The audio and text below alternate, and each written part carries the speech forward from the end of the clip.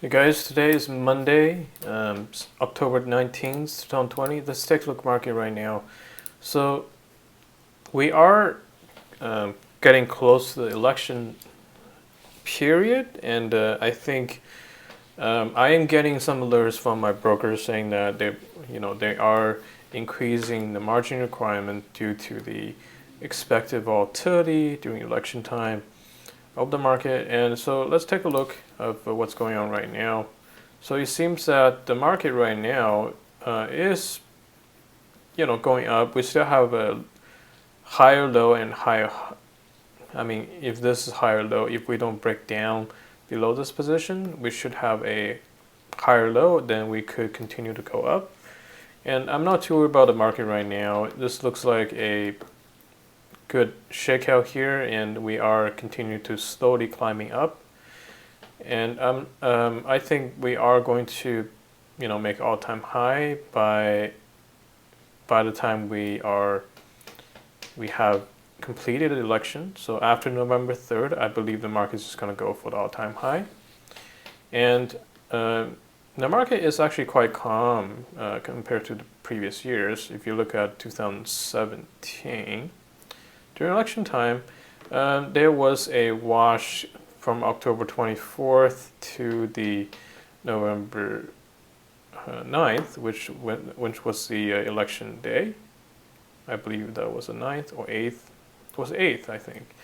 So from October 24th to the 8th, you can see that the market was drifting downwards, then went back up, had a shakedown because the Trump won, which was kind of elected unexpected, but then the market quickly recovered the following day, and then it basically just keep going up until from 2016 November to all the way to 2016 November, then 2017 November, then January 2018. So there was no significant shakeout until January 2018. So that was 1 year, more than 1 year from the 2016, and that was very impressive, right? And you can see that here, the market was definitely stronger between March of this year to September, right now, and I think the market is going to consolidate. Then eventually, I think we are going to make the all-time high after the election, but I expect the market this time is going to probably consolidate afterwards, like being a choppy move in this range. The reason is we have spent a lot of energy in the first half, not first half, but between March to September of this year, which is 6 months. And this is just a tremendous amount liquidity pumps into the market, causing this kind of move. In comparison, if you look at this is a 161 days of 87% move compared to this particular shakeout where we got out of the bear market from August 2015 to February 2016, which is a pretty long bear market if you look at this. The subsequent market rally of 165 days, let's see, to September to October, let's say to October 2016, or 256 days, was only 26%. This is really, really a weak rally compared to, we had a massive run of 87%. So we have spent a lot of energy right here between, well, we had a pretty more severe correction as well, right? But still, this is a lot of liquidity pumping into the market. The market has spent a lot of energy.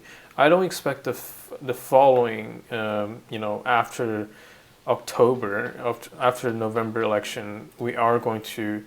I really don't see this market is going to continue to rally in this trajectory. I'm talking about this kind of slope. I doubt that. I think we are going to consolidate. This new all-time high here we had a strong reaction to it, to the downside, and if we do have another strong reaction, once we make another all-time high, a higher high, means we're still in a long-term uptrend, right? Making higher high and higher lows. If we make another higher high, if we have another rejection, going down, make a higher low, a slight higher low, this would convince me that we're probably gonna have this kind of range bound market for a bit. Eventually, we're gonna break out maybe next year. But that's what I'm looking for the later half of the market. Just because, based on the logic, based on that, we spend so much energy, we spend so much liquidity just to get where we are, and I don't think the market is going to continue to climb, upwards without taking a break, and without having a proper consolidation through time. Okay, so we're probably going to have something like this, a range bound market, but of course making higher highs and higher lows, and not something like this, right? This is like a straight up. This is like straight up. And this kind of straight up market usually results in a larger correction, but I don't think so that we're gonna get a large correction. The reason is we had a huge correction here, and to get another one in this shorter period of time without a liquidity shock in the system is really unlikely. We had to have a liquidity shock, either caused by an external factor like COVID, or it could be caused by a internal factor like some sort of a crash in a certain asset class, right? 2008 was the housing bubble that exploded and imploded, and then dot-com bubble in 2000. You have to have some sort of implosion within, right?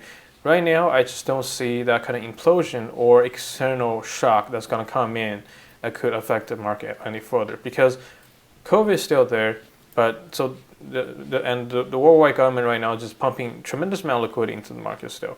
So when something is expected to happen, it's not going to shock the market. Okay, so this is what I expect in the following, and so if this thing make an all-time high, I would start trimming down my position, definitely get myself out of some of the risky stuff, and definitely getting myself out of some of the really kind of extended stocks, such as Neo, such as Peloton, these kind of really extended stocks, or maybe even Zoom. Maybe get out, trim a little bit of position off Zoom. So okay. And let's take a look at any other stuff, the cryptocurrency market. So cryptocurrency, I expect that, let's just remove all the images here. In my last couple of videos, I've been saying that we had just tremendous amount, a lot of people just got trapped up here, right? And you can see the market trying to get up here, get up to this area, get up to this region, and just not gonna work, right? Just, you can see the market peaked a little bit, boom, gets shut down. Peak a little bit, right now it's probably gonna get shut down as well. Peak a little bit, massive amount of sell orders here, gets shut down. The buyers took control again, tried to climb back up, gets shut down again. I don't know how many attempts it's gonna do. Probably it's gonna do like 3, 4, 5, 6 attempts. But eventually, I don't think that we are going to just break through without a larger correction to attract more strong hands. So right now, if you think about it, if I am a huge player in the crypto arena right now, if I'm a huge buyer who can actually move the market, would I be buying here? Just try to take all these guys out. By taking these guys out to make them break even again, right? To make them rich. Am I going to buy here, be a philanthropist, and making all these guys who are trapped up here to rich, to break even? Am I a philanthropist? Like, who's going to be the philanthropist in the market? Nobody, right? The market is designed to take money away from you.